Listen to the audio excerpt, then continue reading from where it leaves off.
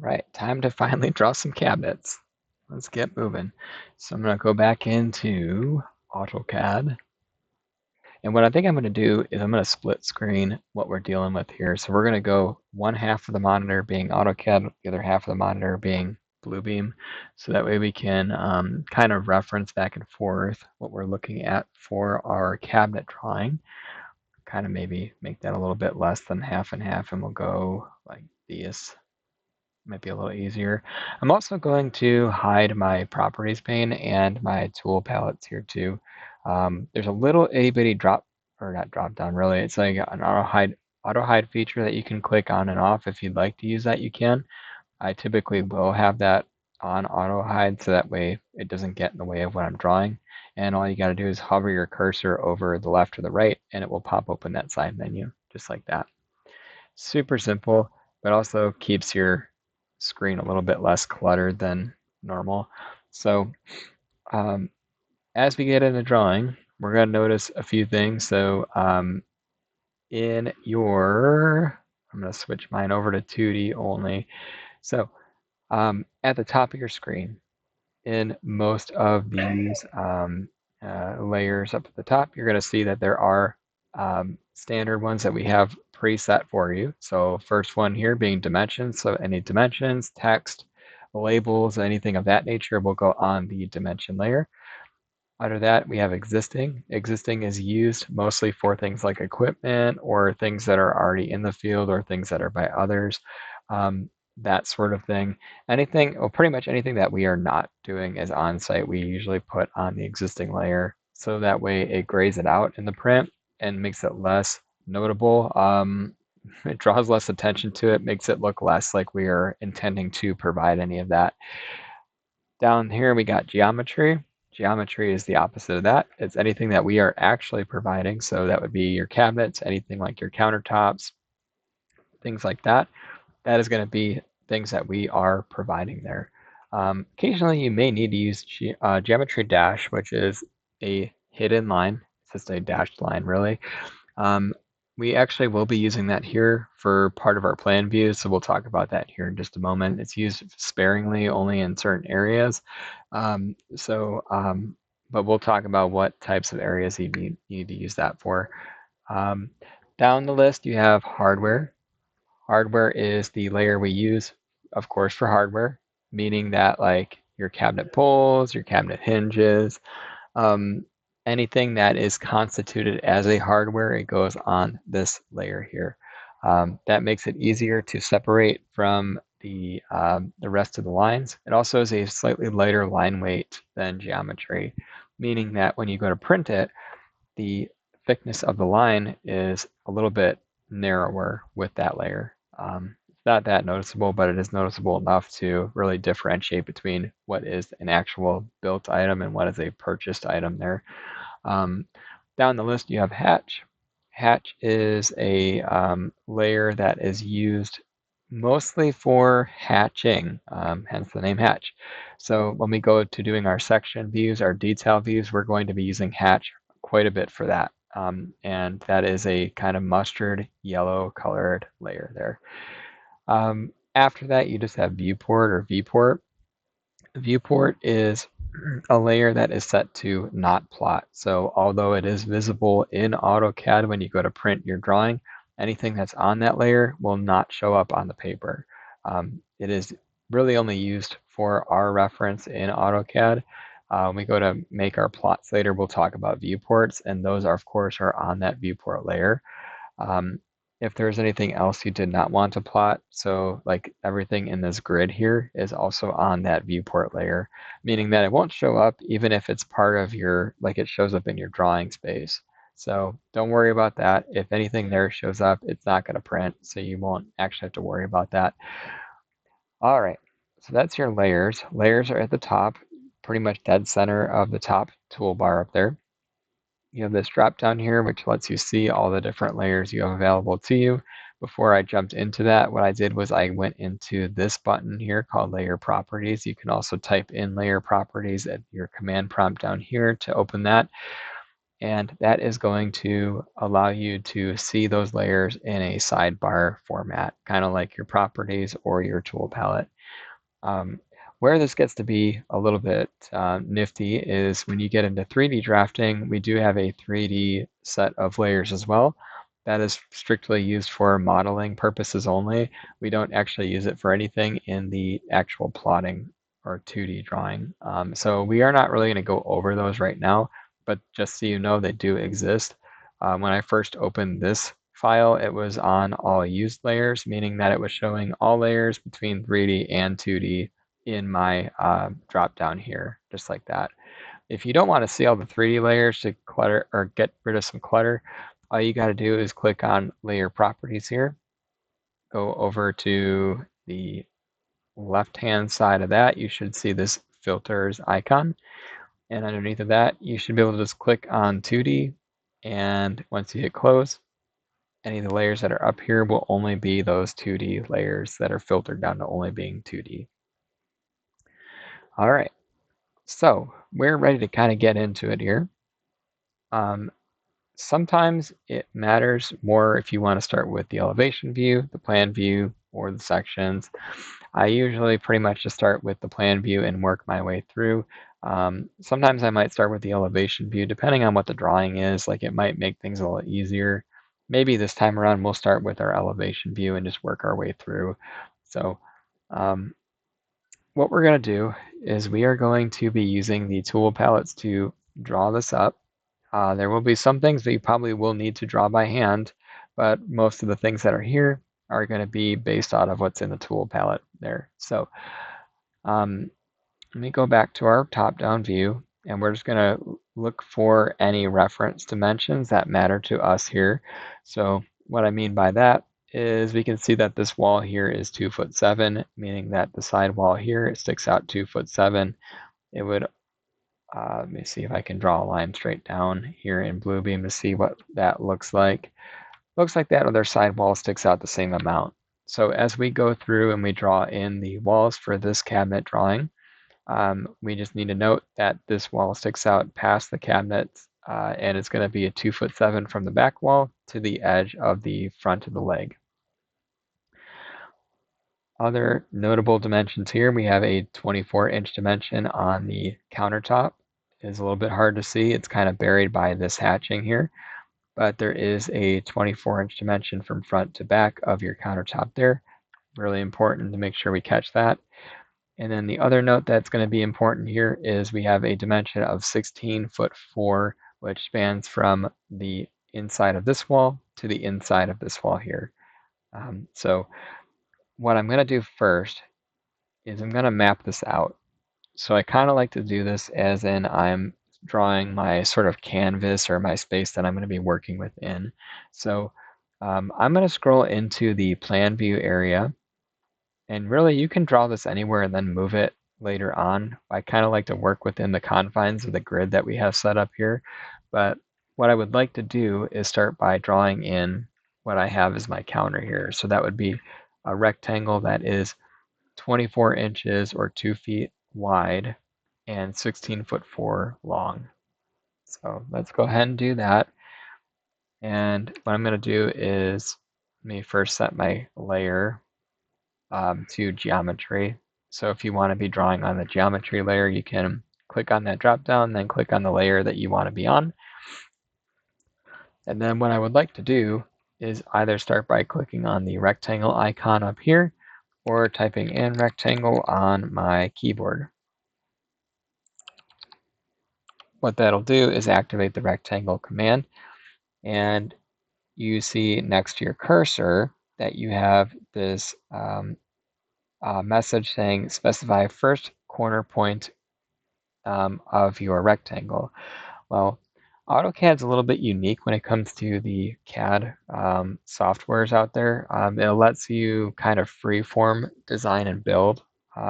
Some CAD softwares are very limited where you have to be working off a specific plane or be working out of a specific area. AutoCAD is like I said, it's more freeform. You're able to draw something here and then move it here or move it wherever you'd like to later. So when it says specify first point or first corner point, I'm not really concerned about where I'm putting that. I can click quite literally anywhere in this space. So I'm going to click here. And then what I'm going to do is you can see that on the bottom and the right-hand side of my rectangle, it's asking me to provide dimensions for this. So what I'm going to do is at the bottom, it's in blue. That means it's highlighted. I'm going to type in 24. And then to get to the other dimension on your screen, this 250 that I currently show, all you have to do is hit the tab key on your keyboard, which will allow you to swap over from the 24-inch dimension box to the other dimension box there for the overall length. And the way that our current CAD template is set up, it is set up in decimals, meaning that like for us to be able to input the 16'4" dimension, we need to convert that. So we're going to go, and on my calculator here off to the side, I'm going 16 times 12 plus 4, which gives me, which I don't know if you can really see that, but I got 196 inches there that I need to type in for that side. So 196, boom, that should be the overall space that we are working with here. Okay, so if you would like to double check it, I usually tend to do this quite a bit to make sure I didn't slip a key, I didn't type or mistype something. What I would like to do is I'm going to check this by typing in DI or DIST. Either one will bring up this command. Let's do DIST so it's easier to understand. DIST or DI is a command that allows you to pull a temporary dimension off of a piece of geometry in your model space.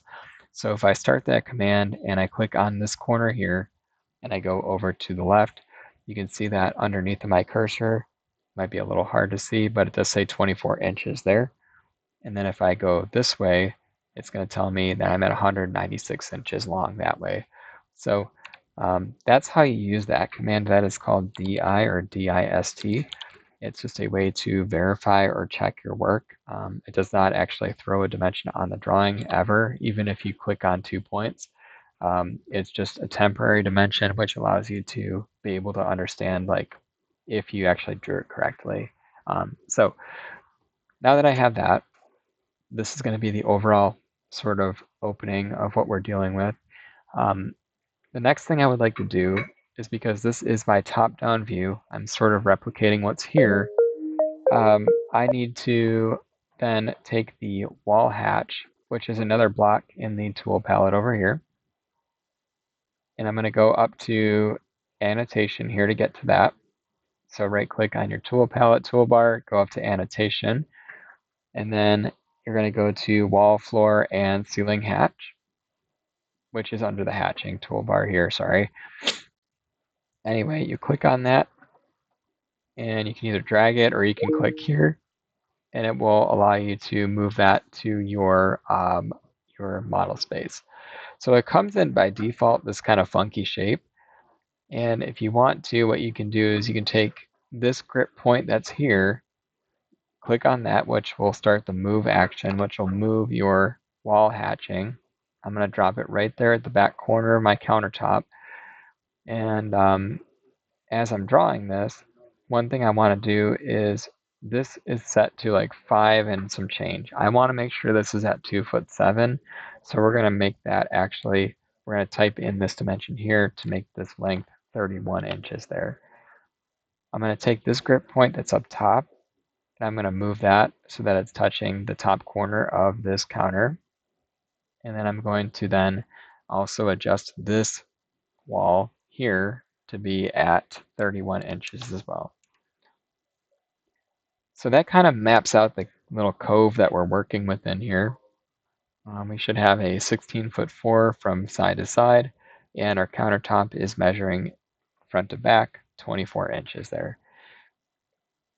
As you go to draw something, after you've completed the view, and right now we're going to leave this as is, we'll come back to it. We've got to do a little bit more fine tuning to this plan view later. But for right now, what I'm going to do is use the move command. So just type that in there. Or if you're looking for it up in the top corner of your toolbar, it is right here. So you can either click on that or type in move. Either way is fine. But what I'm going to do is highlight all of these items, selecting those objects, hit enter, and then I'm going to select the base point of the bottom left-hand corner of my view. And I'm going to take that corner and I'm going to drop it right here on this grid. Now that's really not 100% necessary in the steps it takes to draw something, but it is something that I like to do and like to teach you guys to do, because if you do align everything to your grid, it does make things easier for anybody else that comes in later to help make adjustments or corrections to any of the drawings, keeping everything very organized from start to finish of your drawing. It's really important. So what we're going to do next is we're going to work on the elevation view from here. So we're going to put a pause on the plan view, and what I would like to do to make sure that we're drawing the elevation view the exact same dimensions that our plan view is set to, we're going to click our mouse up here and we're going to highlight this entire thing. So as I'm highlighting, actually one thing I can explain here too is if you were to click in the bottom right hand corner of your view and then move your mouse up and click here, it is going to actually select everything that was within that green box, or anything the green box is touching is a better way to think about it. But if you go from left to right, you are presented with a blue box, which is only going to select the items that are encompassed in the box. Anything that's outside of the box, even if the box is touching it, it will not select those items. So anyway, what I'm going to do with this now is I'm going to use the COPY, the copy command here. I'm going to take this geometry that we just drew for the plan view, and I'm going to scroll out. And you scroll using your, I should have mentioned that earlier, you scroll using your middle mouse wheel. So as I move up my middle mouse wheel, it zooms in. As I zoom out or scroll backwards, it zooms out. So that's how you kind of navigate right there. And if you want to pan, panning is really easy, although I can't do it with my mouse up in the air. But you just click your middle mouse button and you slide your mouse all around just like this. And it allows you to pan your view, making it so you can zoom in and out or use the middle mouse button, just holding it down to move your view or your view of the model space. Anyways, now what I'm going to do is I'm going to take this, I'm making a copy of it, and I'm going to drop it right here. That is my official plan view up there. This is my temporary one that I'm going to use to help draw the elevation view. Using construction lines is a very standard practice in the drafting industry, and it's something that I really, really recommend, even for people that have been here for years, but people that are also starting out. It is going to be really critical that you kind of use these. So construction lines, all they are, and sorry, I'm going to explain this too real quick. I'm going to use the rotate command here in order to be able to spin this around. You can also find that up here in the modify toolbar of your ribbon. But you're going to use rotate. You're going to highlight the secondary plan view we drew, and we're going to spin this around. And to lock it in, that ortho snap we mentioned earlier, the F8 key, if you hit F8, it will lock it so it only goes to 90-degree rotations. I just want it to be straight up and down, just like this. Okay, now getting back to construction lines. So construction lines, all they are, I'm going to type in line, and I'm going to draw a line straight down, just like this. An arbitrary distance, it does not have to be perfect. All it is it's representing the dimension for the opening here between the walls.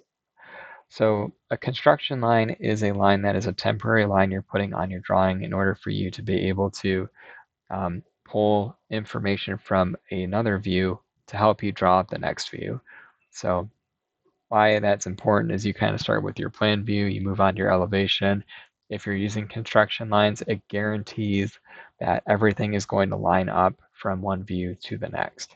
So as you work on your drawing. I highly recommend doing that as you go through the drawing process. I'm just doing it here to kind of start you off, but I still do this every day as I go and draw things too. So, all right, let's move our blue beam over to page I08-01 to take a look at the elevation view. Okay, so we know that on the left-hand side of our drawing here, we actually don't have a countertop, and the base cabinet stop actually here as well. You can see the countertop is actually stopping right at this location here. So that is where I'm going to have to do a little bit more detail work when it comes to fixing up the plan view. We need to actually take that countertop and decrease it this 2'11". So we're going to go up back to our plan view here. And we are going to decrease this countertop here by 35 inches or 2'11". Now, as I'm looking at the elevation view, if I'm standing in front of that counter, that is on the left-hand side, meaning that if this circle here is the person, like I'm standing here, I'm looking this direction here. So the left-hand side of this view, I need to decrease this countertop by that 35 inches. So to do that, because we drew it as a rectangle, that makes our lives a lot easier because all we got to do is click on that rectangle and then use this little grip point at the top, and we can move our cursor down in the direction we want to be moving. And then if you just type in your keyboard 35, hit enter, it will shrink that countertop exactly 35 inches. If you want to double check, you can go DIST or DI and run one of those dimensions there, which verifies that it is 35 inches for that gap. All right, I'm going to get rid of that little person we drew. So moving back down to the elevation view, now that we have that gap on the plan view, we need to make that gap here as well. To do that, what I'm going to do is use the offset command. It's OFFSET. And you can hit enter to start the command. By default, it is set to through. You can use that if you'd like to. If you already know what the dimension is that you're trying to offset, you can type that in here as well. So we know that that gap is 35 inches from wall to edge of counter. So I'm going to type in 35 and I'm going to hit enter. It's going to then ask you to select an object to offset, in which case we're going to take the line on the left-hand side that represents the wall, and we're going to click on that. And as you drag your cursor left or right of that wall, you can see that it's copying a line 35 inches in the direction my cursor is heading. So I need to be moving in 35, so I'm going to move my cursor there, click on my mouse, and then I'm done with the offset command, so I just am going to hit my escape key a couple times to close out of that command. All right, now what we need to do is map out the rest of our cabinet. So an easy way to do that here is we can continue to use the offset command. And the next cabinet is 36 inches. If we're going from left to right, we're going to go 36 inches to map this out, 36 inches to map that out. So we need to type in 36, hit enter, click on that line and offset it 36 inches that way. Next cabinet is 1'6" or 18 inches. We're going to offset that. Type in offset, type in 18, move that line over 18 inches there.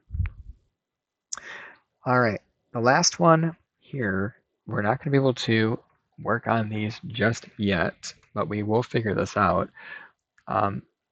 These cabinets are labeled 6EQ, meaning that each door is equal to the next door within these 3 cabinets or 6 doors. So yeah, each of these have to be equal with each other, meaning that we have to kind of work our way in from this side now to figure out what the space is in order to make these equal. So if we're looking at these drawings here, they do show that they're using a 1-inch filler to the wall, and that's fine. Our standard is actually 3/4 of an inch, but because I don't want to mess with these cabinet dimensions, what I'm going to do is just make this 1 inch on the left and make this 1 inch here. on the right. These two items are your fillers. That's between the cabinet and the drywall. So I'm going to use the offset command here. I'm going to type in 1 for the distance. I'm going to click on this line, drag it in 1 inch. All right. And then we have a cabinet below and above that is 1'6" or 18 inches. So we're going to go offset 18 inches again. Click on that line. Be very careful to make sure you're clicking on this one and not this one. And we're going 18 inches over from there. All right, now comes the fun part. So we have, actually these are 3 cabinets. Each cabinet has 2 doors.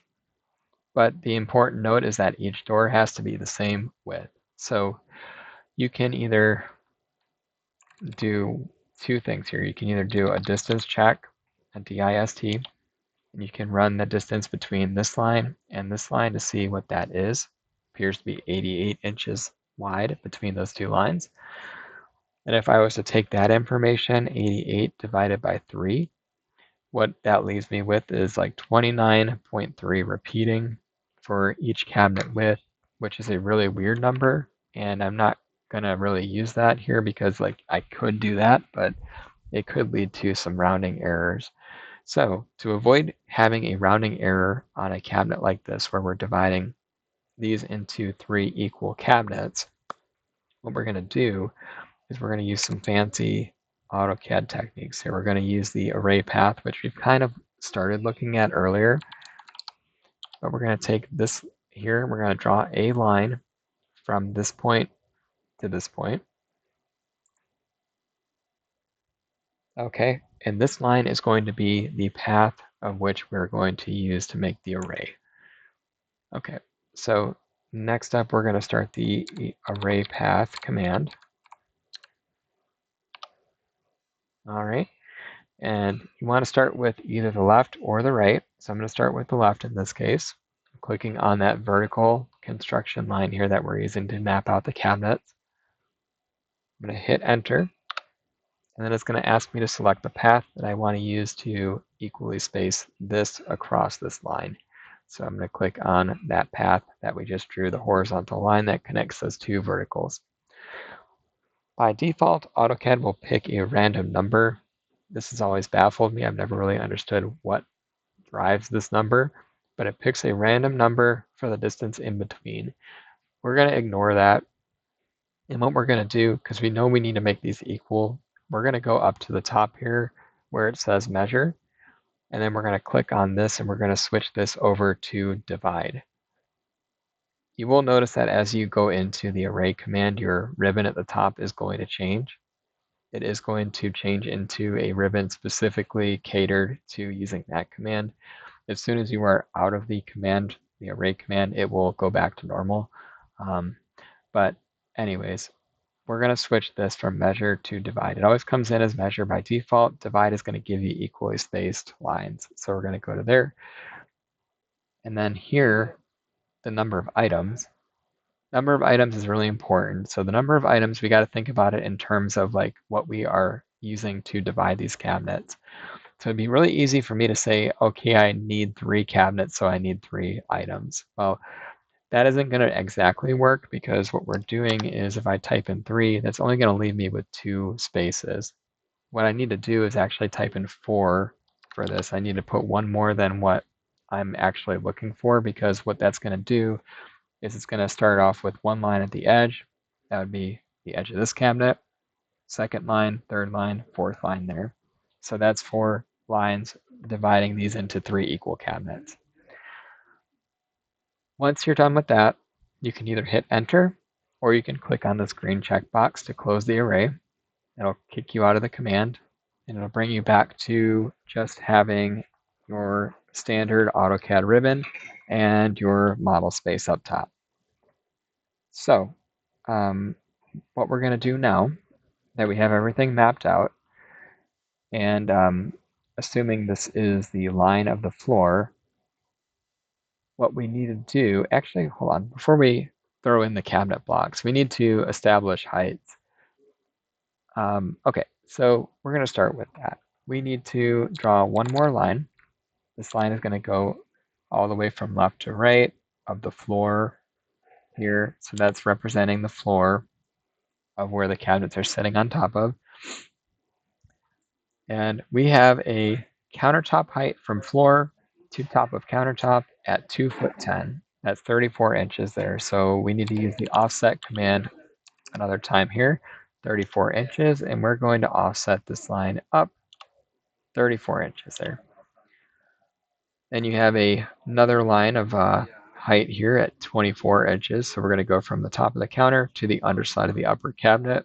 That is 24 inches there. All right, and then last one here, we're going to do one more offset. This is going to represent the underside of this cabinet to the underside of the soffit, which is 36 inches. Sorry, almost said 34. So offset 36. Click that line, move it up 36. Okay. That will help with the majority of these. We also have one more cabinet here that's a little bit funky. This one is 1'10" from the ceiling down. So now that we have the ceiling line here, we can take that and use the offset command to move this line 22 inches or 1'10" down from the ceiling, just like that. To make this a little bit easier to see what we're doing too, I'm actually going to take this horizontal line and I'm just going to limit it back to here, because that's the space where that cabinet here is going to live right there. And I want to make sure it doesn't get too confusing. I could actually do the same thing with these two, because that countertop and the upper cabinets on that side actually stop at this line, which is this line here. So to make things less confusing, I can drop these lines back a little bit to do that.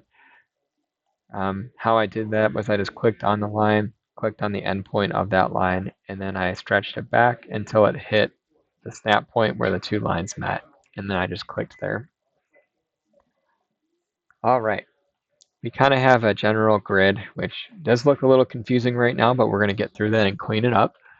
So what we need to do is zoom back out, and we're going to start throwing cabinets in this drawing here. I will start with the let's start with the base cabinets first and then work our way through. So this base cabinet here, they're showing it at 36 inches. This is also an ADA sink cabinet too, so we got to make sure we grab the right cabinet block. So I'm going to go into my tool palettes now, and I'm going to go over, right click on the tool palette itself, and then I'm going to go to casework here. I want to make sure that I am on the elevations tab at the top. It's kind of hard to see, my fat head is in the way, but it's up there behind my head. So we're going to go to elevations, and we're going to go to the a little bit further down the list. You will see there is an ADA base cabinet in that tool palette. So we'll click on that, go into our model space, and once it loads, we're going to click again. Come on. You got this, AutoCAD. Okay, here it dropped it in. I'm going to click there to place it temporarily, of course. And then what I want to do with this is I'm going to use the move command here, and we're going to move this cabinet to the correct location. So I'm going to type in move, select the cabinet, hit enter, and then I need to grab this base point, which is the lower corner of that cabinet, and I'm going to drop it right here, which should be this point here between the refrigerator and the start of those cabinets. So that point is going to be where that cabinet sits. And I'm going to take these grip points here, and I'm going to adjust this cabinet to snap to that grid that we drew, meaning this is 36 inches now. And this here is going to be your cabinet height. Now currently it's set to 34 inches, which is fine, but we will have to lower it because we still have a countertop that's going to sit on top of these cabinets. We will need to find out what the countertop apron height is. The apron is the front edge of that counter. And so to do that, we're going to pull up one of these section views. We're going to go to view number 10 first and see what we've got going on there. Okay, so it doesn't appear that there is a dimension on the apron of the counter, which is fine. Most countertops are going to show, here's one right here actually, 1.5 inches is pretty typical. Unless you're dealing with a special case, most of your countertops are going to be 1.5 inches thick. So what that means is that we got to go back to our elevation view now, and we have to lower the cabinet 1.5 inches to allow for the countertop to have a space to sit on top of that. So this this cabinet is actually going to end up being 32.5 versus the 34 that it's currently showing. Okay. Now that that's drawn, we also want to make sure, because we know that this is going to be somewhat exposed, you're going to be able to see the side of this cabinet here, that we want to make sure that we turn on the finished end drop down for this side, because you will see the side of that cabinet. So that would be your second drop down here. You're going to say left finished end. And when you drop that on there, it's going to type in this FE text box. It's going to drop that in there for you. And the only thing left for you to do is put the poles on the cabinets, which we'll do that after the fact. We just can't forget about it. So next cabinet appears to be this 4-drawer cabinet. So let's go locate one of those in our tool palette. The 4-drawer base cabinet is right here. I click on that and drop one in. Again, it's going to take it just a second for it to load that. Drop it in your model space and then use the move command again. And we're going to move that cabinet to exactly that grid that we're snapping to. So right where those two cabinets meet. And then again, I need to lower the height of this cabinet to match.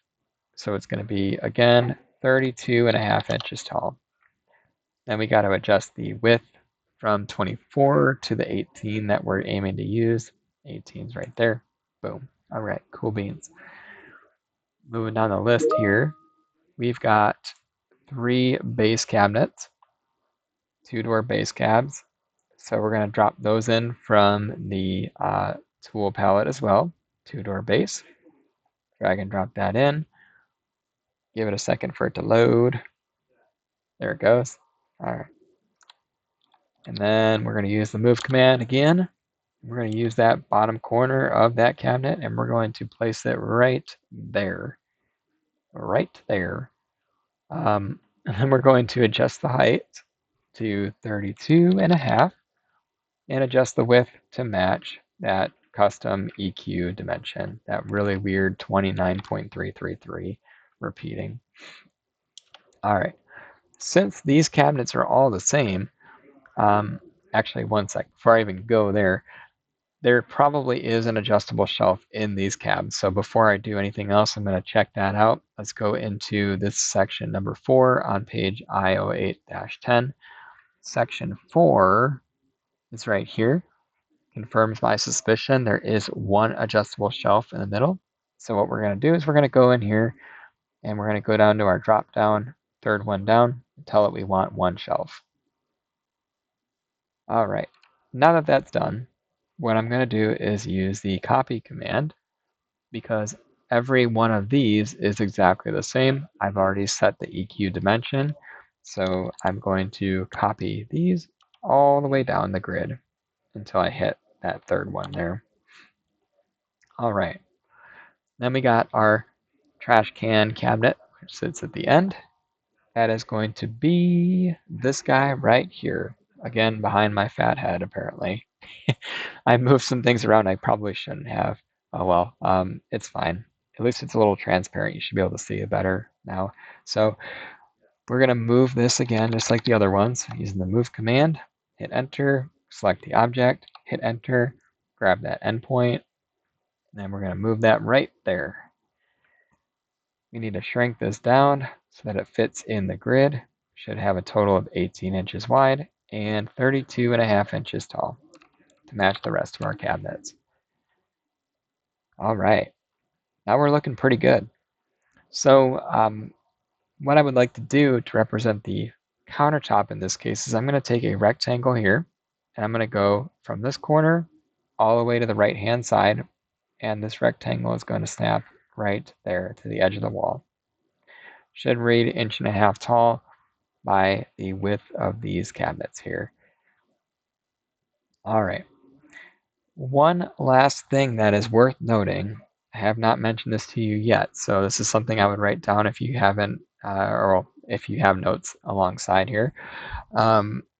Anytime you have a finished end cabinet with a countertop above it, you are going to want to make sure that that countertop overhangs that cabinet by 1/4 of an inch.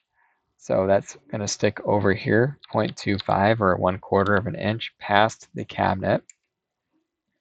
That is really important because if you try to have that countertop align with the sidewall of the cabinet, by the time it goes to get installed, chances are it's not going to fit perfect. Like getting that to align is going to be extremely difficult and time consuming.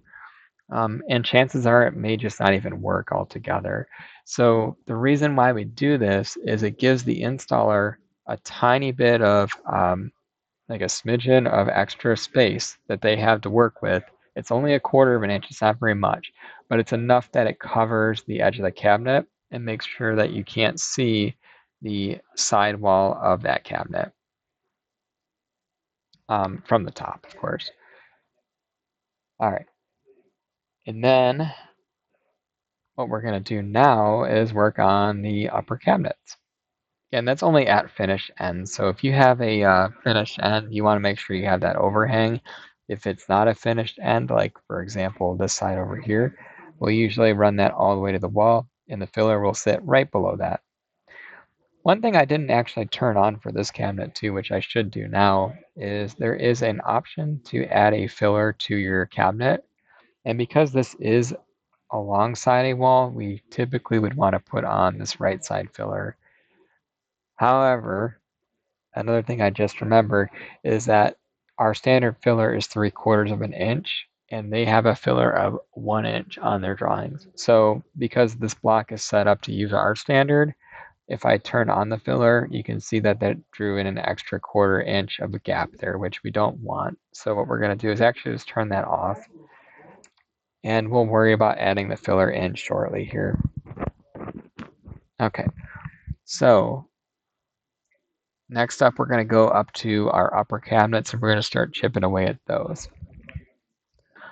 Let's start with the left, just like we did before at the bottom. And we're going to go starting with that upper cabinet. It's a 2-door cabinet here. Let's go ahead and go into our tool palette for cabinets, and we're going to find the upper cabinet section. Pull up a 2-door cabinet. We're going to drop that right there. And then we're going to modify this using the move command once more. And we're going to take this and we're going to snap it right to the top corner this time of that grid. And one other thing that we need to make note of too, these cabinets actually do have a soffit sitting above them or a ceiling sitting above them. And because of that, we need to make sure that we have a 3/4 inch gap at the ceiling. Now, I don't think this block actually allows you to turn it does not have that option on it. So what we're going to do is we're going to take this cabinet, we're going to use the move command, and we're going to lower it 3/4 of an inch down, just like this. And then we are going to take this grip point and we're going to move it over to here. Actually, I need to move this as well because we need that 1 inch gap. So I'm going to move the whole cabinet 1 inch over, resize it down just a hair, and then resize the bottom of my cabinet using that grip point to meet up with the bottom of the grid here. Give me 1 sec here.